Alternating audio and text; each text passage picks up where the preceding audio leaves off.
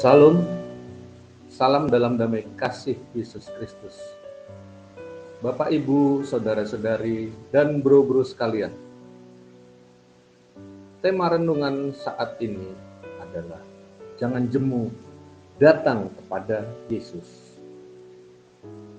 Bacaan diambil dari Matius 11 ayat 28 sampai 30 dengan judul perikop Ajakan Juru Selamat.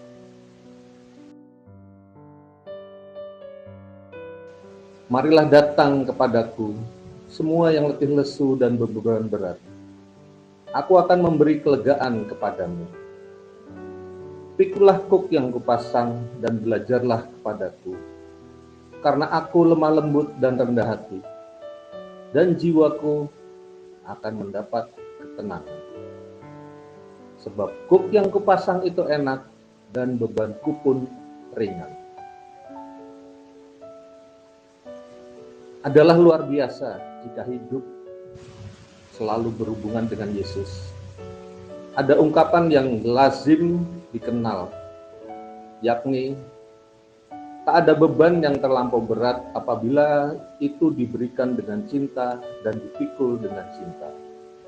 Ungkapan ini mau menggambarkan bahwa kita tidak memikul beban kehidupan bersama Yesus. Ia juga memikul beban dan berjalan bersama orang, serta memberi kekuatan kepada mereka dengan jalan cinta kasih. Bacaan Injil berbicara tentang ajakan juru selamat, yakni Yesus sendiri yang berbicara, marilah datang kepadaku, semua yang letih lesu dan beban berat.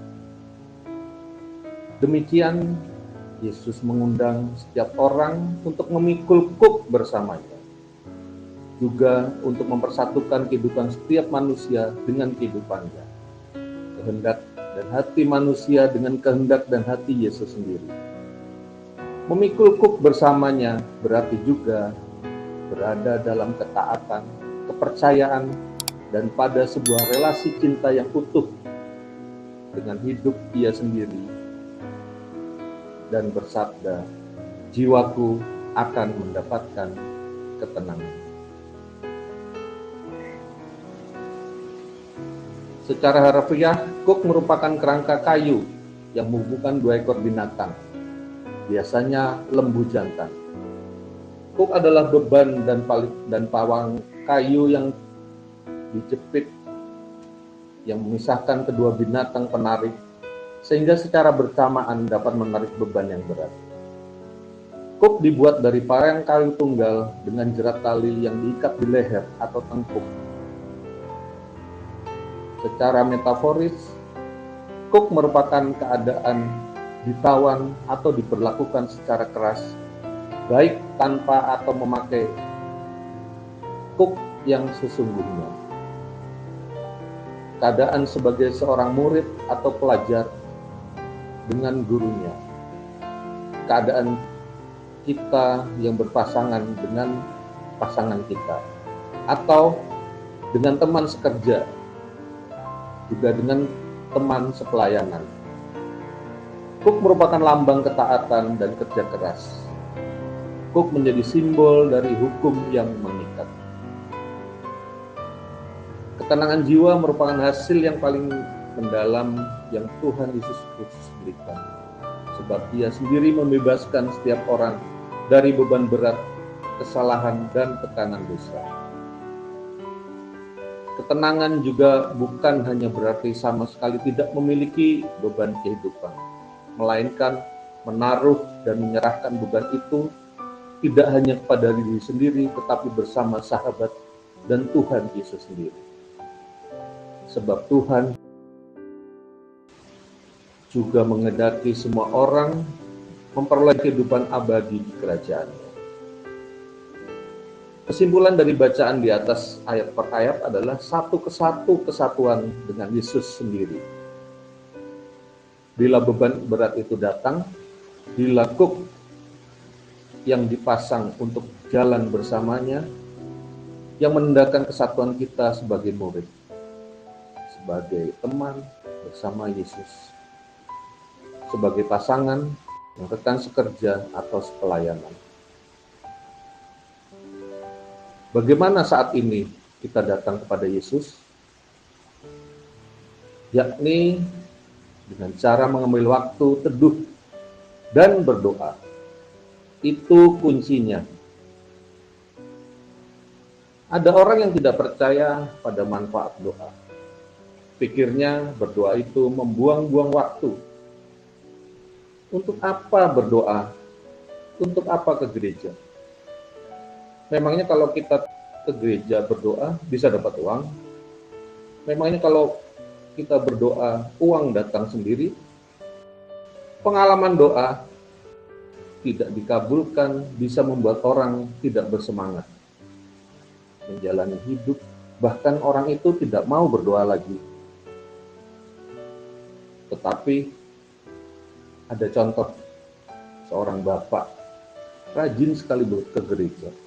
Setiap hari dia ikut misa. Katanya dia mempunyai beban berat dalam keluarga dan bisnis. Makanya dia selalu ke gereja, berdoa, memohon kepada Tuhan. Dengan seringnya bapak ini ke gereja dan berdoa, semua beban dirasakan sedikit demi sedikit mulai terasa ringan. Apakah masalahnya mulai hilang? Belum tentu. Tetapi bapak itu sekarang merasakan ada beban yang terangkat. Ada beban yang berbagi dan membantu dia memberesi masalahnya. Kita tahu bahwa banyak sekali ucapan syukur sebagai wujud doa tiap misa. Bahwa setelah berdoa, biasanya doa novena, doanya dikabulkan. Jadi, apakah kita masih berpikir doa tidak dapat dikabulkan? Sebagai orang yang percaya, tepat sekali kata-kata Yesus. Datanglah kepadaku, kalian semua yang letih dan beban berat. Aku akan memberikan rasa lega kepadamu. Hanya pengalaman iman yang membuat kita yakin akan doa kita. Saya dulu, beberapa tahun yang lalu, anak saya masih kecil. Karena saya terlalu sibuk dengan pekerjaan, saya tidak tahu bahwa anak saya itu sudah 15 bulan tidak bisa berjalan. Kakaknya 11 bulan sudah bisa berjalan, 1 tahun tuh udah bisa ya lari-lari. Adiknya kok nggak bisa. Saya sudah ke tukang urut sana, tukang urut sini, hasilnya sama aja. Satu hari saya sebetulnya ada pilihan, saya ikut pertemuan atau saya mengobati karena itu jadwal pengobatan anak saya.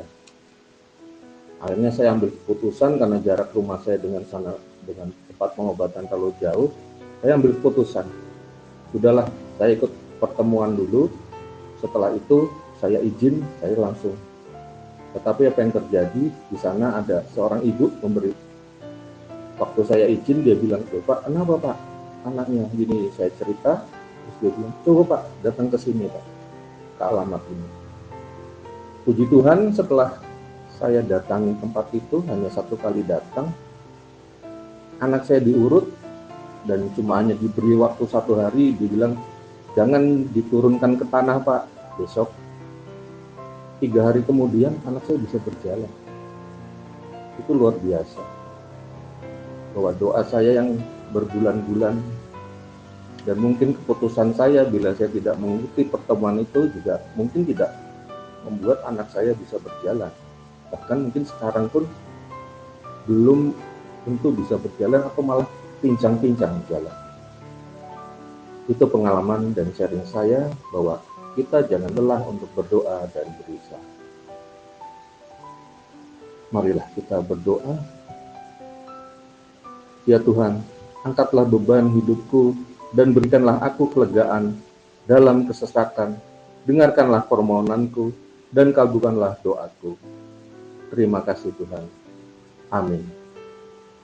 Semoga kita semua selalu diberkati oleh berkat dan kasih Allah. Salam berkah dalam. Terima kasih.